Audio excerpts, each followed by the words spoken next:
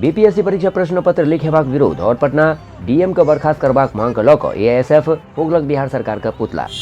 All India student federation के राज्यव्यापी आह्वान पर हम लोग कॉमरेड भगेन झा चौराहा पर बिहार सरकार का पुतला दहन कर रहे हैं। निश्चित तौर पर आप देख रहे हैं कि पूरे देश के अंदर जितने भी प्रतियोगी परीक्षा होते हैं उस पर बड़े पैमाने पर पेपर लीक होते हैं, बड़े पैमाने पर धांधली होते हैं। इसके खिलाफ छात्र अब जाग चुका है और आज ऑल इंडिया स्टूडेंट फेडरेशन के बैनर तले हम लोग बिहार सरकार का पुतला दहन किए हैं और सरकार से मांग कर रहे हैं कि बीपीएससी का परीक्षा विलंब रद्द करके जितने भी प्रतियोगी परीक्षा धांधली में जो संलिप्त हैं उस पर कार्रवाई हो। जिलाधिकारी ने जो छात्रों के ऊपर हमला किया है उस जिलाधिकारी को बर्खास्त कर उस पर न्याय उचित कार्रवाई करने का हम मांग करते हैं।